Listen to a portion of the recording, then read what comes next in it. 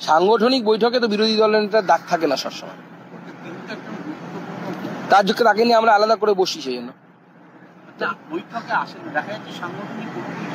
না, সেটা এখন নয়, আগেও উনি আসতেন না সাংগঠনিক বৈঠকে। উনি কমফর্ট ফিল করেন না, কারণ আমাদের যে সাংগঠনিক প্রক্রিয়া সেটা অনেকটা লম্বা চলে, ওনার বিভিন্ন প্রোগ্রাম থাকে, উনি ব্যস্ততম নেতা পশ্চিমবঙ্গের অন্যতম, তো স্বাভাবিকভাবে তাকে বিভিন্ন জায়গায় ঘুরতে হয়, উনি সময় পাবেন কোথায়? সুকান্ত মজুমদার আজকে বলেছেন যে আপনি দলীয় সাংগঠনিক হিসেবে কর্মসূচিতে থাকেন না, যেখানে মিটিং ফিটিং না, আপনার এটা মানে কমফোর্ট জোন। তো সুকান্তবাবু উত্তর দিতে পারবেন, আমি কেন উত্তর দিতে যাব? যিনি বলেছেন তাকে উত্তর দিতে হবে। আমি আজকে মেদিনীপুরে ডাক্তারদের সাসপেন্ডের বিরুদ্ধে কর্মসূচিতে ছিলাম, সবাই দেখেছেন। আর আমি অর্গানাইজেশনের পোর্টফোলিও হোল্ডার নই, তা আমি বিরোধী দলনেতা, আমার কাজ সম্পর্কে সচেতন। আমি আপনার কাছে যার কথা আপনি বললেন, যিনি বলেছেন তার ব্যাখ্যা ওনাকেই দিতে হবে, আমি দিতে পারবো। আচ্ছা, আর কোচবিহারে আজকে আবার বিএসএফ এর উপরে বিএসএফ তৎপরতা বাড়িয়েছে, কাঁটাতারের বেড়া দিচ্ছে, ভারতীয়রা বিএসএফকে সাপোর্ট করছে।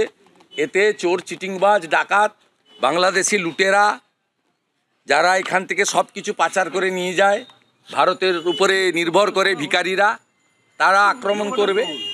তাদের পেটে লাথি পড়ছে, গরু পাচার করতে পারছে না, চিনি পাচার করতে পারছে না, চাল মাথায় করে নিয়ে পাচার করতে পারছে না, মেয়ে পাচার করতে পারছে না। আর মুখ্যমন্ত্রী তার সঙ্গে ফেন্সিডিল আছে, ইবাবা আছে, রাজ্য সরকার অবৈধ। উনি হাইকোর্টে যেতে পারেন না, আমরাও পড়াশোনা জানি, ল মেকার, এমপি এমএলএ আছে। হাইকোর্টে যেতে পারেন 3 জন, যে সাজা পেয়েছেন তিনি, আর যার পরিবারের এই ক্ষতি হয়েছে তিনি, এবং ইনভেস্টিগেটিং এজেন্সি।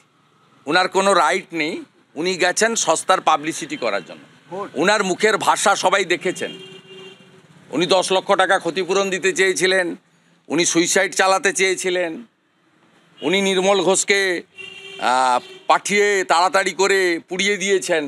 উনার পুলিশ অগ্নিমিত্রা পাল, সজল ঘোষ, কৌস্তব বাগচিদের এবং বামপন্থী যুব নেতারাও ছিলেন, তাদের সবাইকে গুঁতো মেরে সরিয়ে দিয়ে জোর করে একদম গেরিলা কায়দায় দেহ নিয়ে গিয়ে শ্মশানে পৌঁছে দিয়েছেন।